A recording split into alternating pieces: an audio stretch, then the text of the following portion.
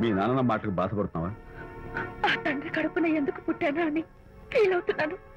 అది ఎప్పుడు ఉండేదే కదా. డోంట్ వరీ, నువ్వు లోపలికి వెళ్ళి రిలాక్స్ అవ్వు. కమాన్ కదా, నేను బయలుదేరుతాను.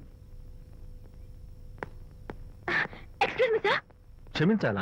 క్షమించాల్సినంత తప్పు నువ్వేం చేసావమ్మా? సార్ నా పేరు అనిత. అది తప్పు కాదే. నేను పెయింటర్ సార్. అది అసలు తప్పే కాదు సార్.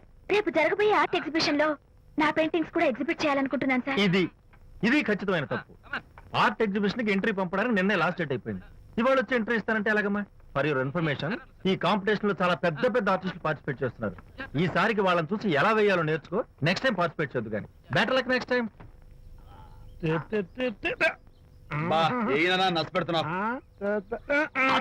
బాబాయ్, ఈ డైమండ్ హౌస్ వేస్తే విశేషం అయిపోతుంది. అయ్యో హరిశ్చంద్ర, ఈ నిజం చెప్పే నీచ గుణం నాకెందుకు ఇచ్చావు తండ్రి? బోడి టైం అయిపోయిందట. నా పెయింటింగ్స్ ఎగ్జిబిట్ చేయడానికి ఒప్పుకోనంటే ఒప్పుకోనన్నారు. ఒప్పుకోకపోవడమే మంచిది. విజయ్, నీ స్థిరాభిప్రాయం వెనుక ఉన్న సీక్రెట్ ఏమిటి? అక్కడికి పెద్ద పెద్ద ఆర్టిస్టులు వస్తారు.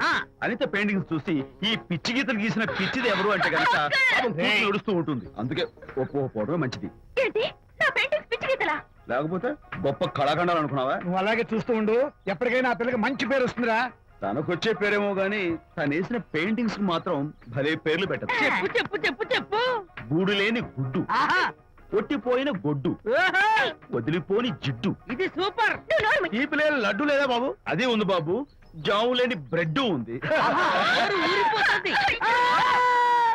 నాకు ఒళ్ళు మండిపోతుంది. అబ్బబ్బా, ఏదో వచ్చేసి ముందు అమ్మాయిని కూల్ చేయరా. అలాగే నాన్న, నీ మాట నేను ఎప్పుడు కాదన్నాను. ఈ ఐస్ వాటర్ చలితే అదే కూల్.